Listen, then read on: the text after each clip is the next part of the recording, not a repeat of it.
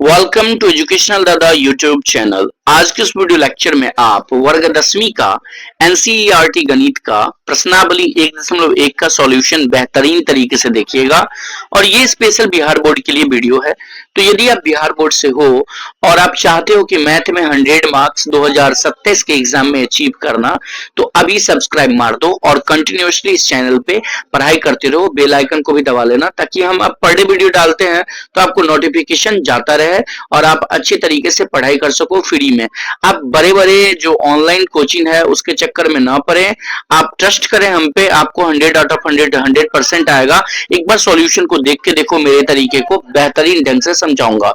तो आइए बिना किसी देरी के हम फर्स्ट क्वेश्चन का सॉल्यूशन को देखते हैं। तो देखिए माय डियर स्टूडेंट्स, यहाँ पे पहला क्वेश्चन कह रहा है कि निम्नलिखित संख्याओं का एचसीएफ ज्ञात करने के लिए यूक्लिड विभाजन एल्गोरिथम का प्रयोग करें। यहाँ दो ही बात है। एक बात है कि जितने नीचे नंबर दिए गए हैं तीनों सवाल में उसका एचसीएफ निकालना है, बोले तो हाईएस्ट कॉमन फैक्टर निकालना है, यानी कि मौसा निकालना है। और विधि जो है बच्चों वो दिया है यूक्लिड विभाजन एल्गोरिथम से निकालना है। तो सबसे पहले तो हम इसको समझेंगे ना, ये यूक्लिड विभाजन एल्गोरिथम किस बीमारी का नाम है, ये क्या है। तो आइए सबसे पहले इसी को समझाते हैं। तो मान लीजिए कि हम 5 को 2 से भाग दिए, ठीक है, 5 को 2 से भाग दिए तो 2 दूनी कितना हुआ 4 और घटा करके क्या आया 1, ठीक है।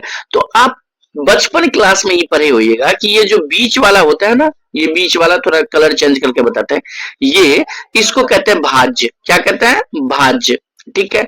और वो इस दोनों को गुना करके और ये जोड़ करके जो होता है उसके बराबर होता है, यानी कि इसको कहते हैं भाजक, इसको कहते हैं भागफल और इसको कहते हैं बच्चों शेषफल। तो भाज्य बराबर आपने पढ़ा होगा भाजक गुने भागफल जोड़ शेषफल। इसी को बच्चों यहाँ पर यूक्लिड विभाजन एल्गोरिथम का नाम दिया गया। मान लेते हैं कि हम इसको जो है 5 को ए बोल दे, यानी कि इसको ए बोल दे, और ये जो भाजक है इसको बी बोल दे, और ये जो भागफल है उसको क्यू बोल दे, और ये जो शेषफल है इसको आर बोल दे। तो हुआ ना ए बराबर बी क्यू प्लस आर, और यही बच्चों और कुछ नहीं यूक्लिड विभाजन एल्गोरिथम है, यानी कि ए बराबर बी क्यू प्लस आर। इसको बच्चों आप लिख के रख लीजिएगा, ये आपका फॉर्मूला हो गया यूक्लिड विभाजन एल्गोरिथम का, ठीक है। आई होप कि ये आपको समझ में आ गया होगा। अब आइए सवाल को बनाते हैं, और नहीं भी अगर आपको ये समझ में आया होगा तो कोई बात नहीं, सवाल समझने वक्त में अच्छे से समझ जाएगा। सिर्फ ये फॉर्मूला याद रखिएगा, यानी कि ए बराबर बी क्यू प्लस आर। अब बच्चों आइए देखते हैं पहला क्वेश्चन को। तो पहला जो इसका क्वेश्चन है वो है 135 और कितना 225। तो इसमें जब ये आपको बोले कि यूक्लिड विभाजन एल्गोरिथम से मौसा निकालें, तो आप दोनों नंबर में देखिएगा कि बड़ा नंबर कौन सा है, ठीक है ना। तो बड़ा हम देख रहे हैं सर 225 है, तो जो बड़ा होगा उसको आप ए मान लीजिएगा। क्या मान लीजिएगा? ए। तो यहां लिखते हैं माना ए बराबर हमारा हो गया 225, ठीक है। थोड़ा सा अच्छा से लिखते हैं, ए बराबर 225, ठीक है। और बी मान लीजिएगा छोटे नंबर को, तो बी क्या हो जाएगा? हाँ बिल्कुल 135। इतना तक क्लियर है। अब आप फॉर्मूला पे ध्यान दीजिए, ठीक है। अब थोड़ा कलर चेंज करके बताते हैं। अब फॉर्मूला को देखिए और बनाते हैं। तो सबसे पहले फॉर्मूला में क्या लिखा है? ए, तो हम भी लिखेंगे ए, यानी कि यहां लिख लीजिए कौन विधि से बना रहे हैं। तो यहां बना रहे हैं यूक्लिड विभाजन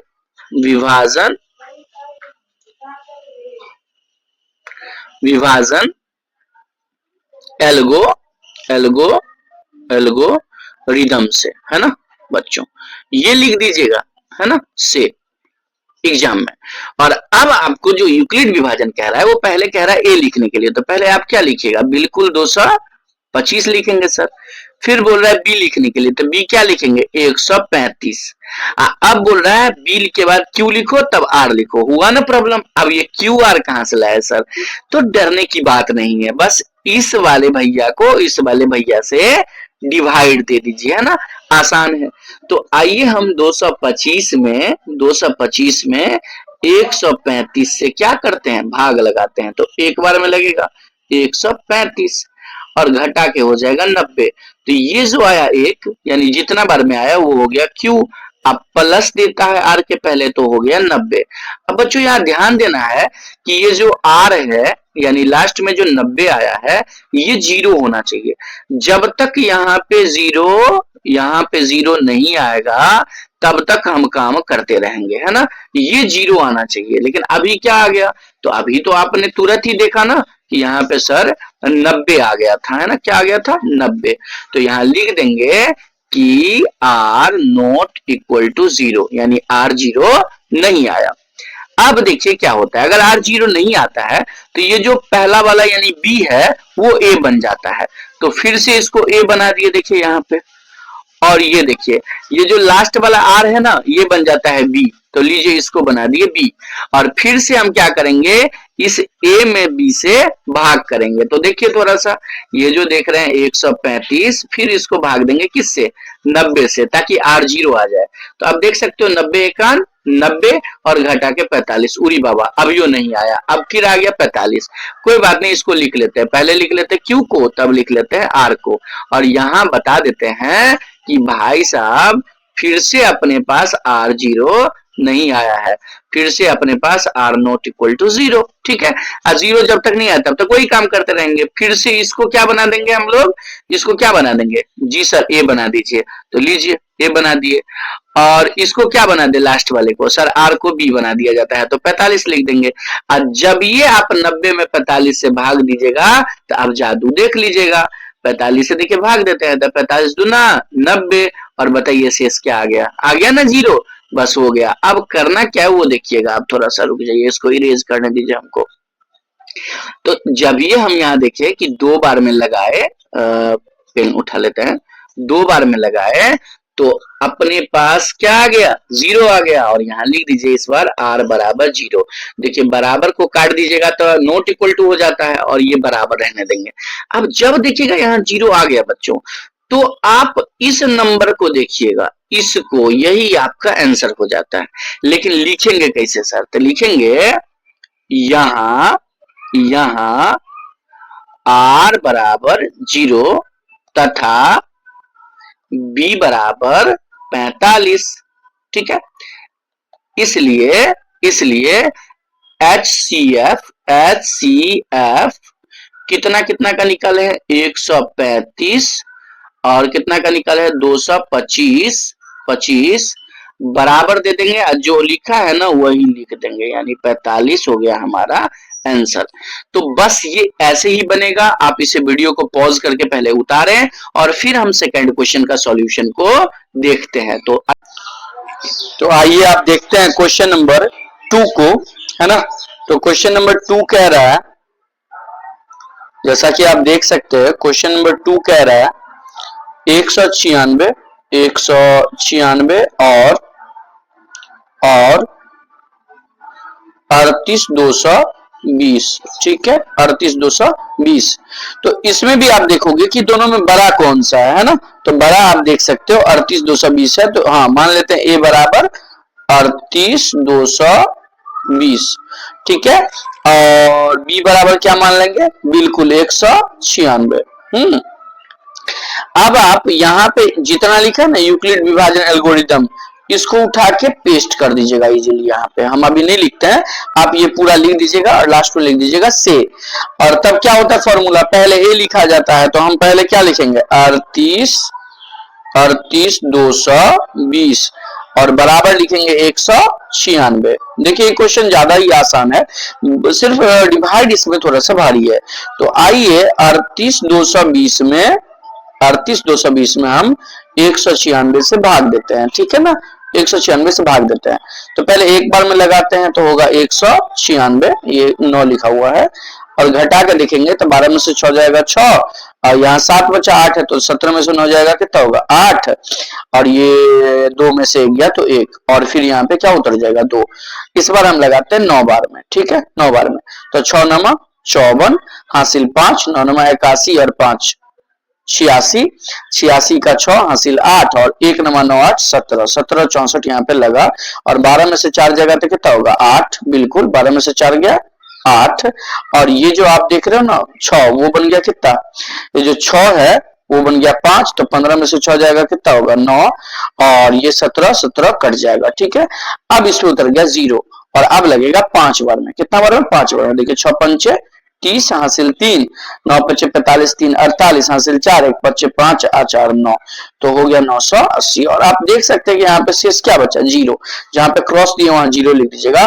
तो ये हो गया हमारा Q, तो यहाँ पे लिख देते हैं Q यानी कि कितना है 195 और इसे सबसे पहले कर लेते हैं इरेज। ठीक है, इरेज कर दिए 195। अब प्लस में क्या आएगा देख सकते हैं आप, यहाँ पे प्लस में आ गया 0 क्योंकि शेष 0 बचा था और यहाँ एक ही बार में r बराबर क्या आ गया 0, तो लिख देंगे क्या लिखेंगे वही तब जो बताए थे आपको अच्छे से पहला क्वेश्चन में कि यहाँ है ना, यहाँ r बराबर 0 तथा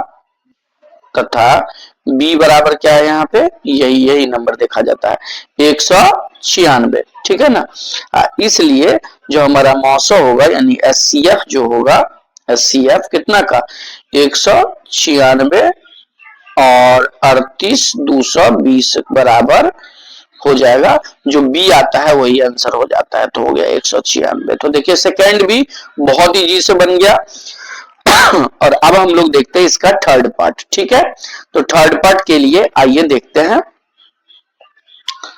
और इसे पहले इरेज कर लेते हैं पूरे को और देखते हैं थर्ड पार्ट। तो थर्ड पार्ट जैसा कि हम देख सकते हैं ये है थर्ड पार्ट जो है हमारा वो कह रहा है 867 और 200 सॉरी यहाँ पे 255। तो यहाँ भी बड़ा देख रहे हैं कि ये है और छोटा ये है, तो यहाँ मान लेते हैं फिर से a बराबर 867 और जो b बराबर हमारा होगा वो होगा 255। ठीक है, b बराबर 255।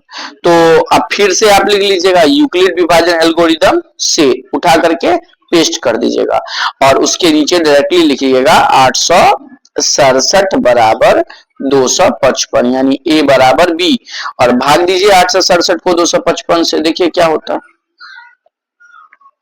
तो जब आप भाग दीजिएगा 255 से तो देखिए इसमें 3 बार में लग रहा है एकदम इजी से, तो 3 बार में लगाते हैं 5 तिया 15, 5 तिया 15 1 16, 2 तिया 6 1 7।